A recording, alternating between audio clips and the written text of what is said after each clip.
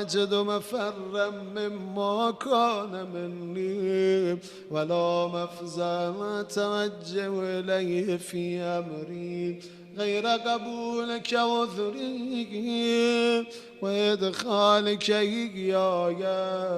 في سعة رحمتك. اللهم فاقبل عذري ورم شدة ضري وفكني من شد وثاقي يا رب ضعف بدني يا رب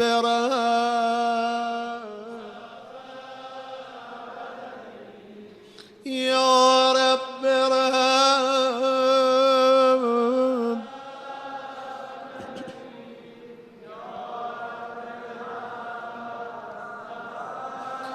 يا رب ارحم ضعف بدني ورقة جلدي ودقة عظمي يا من بدا خلقي وذكري وتربيتي وبري وتغذيتي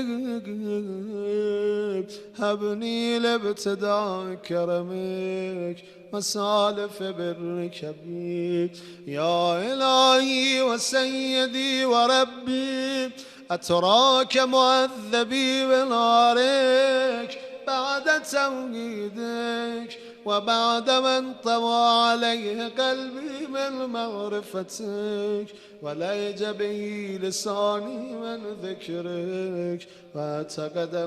ضميري من حبك وبعد صدق اعترافي ودعائي خاضع لربوبيتك هيهات أنت أكرم من أن تذيع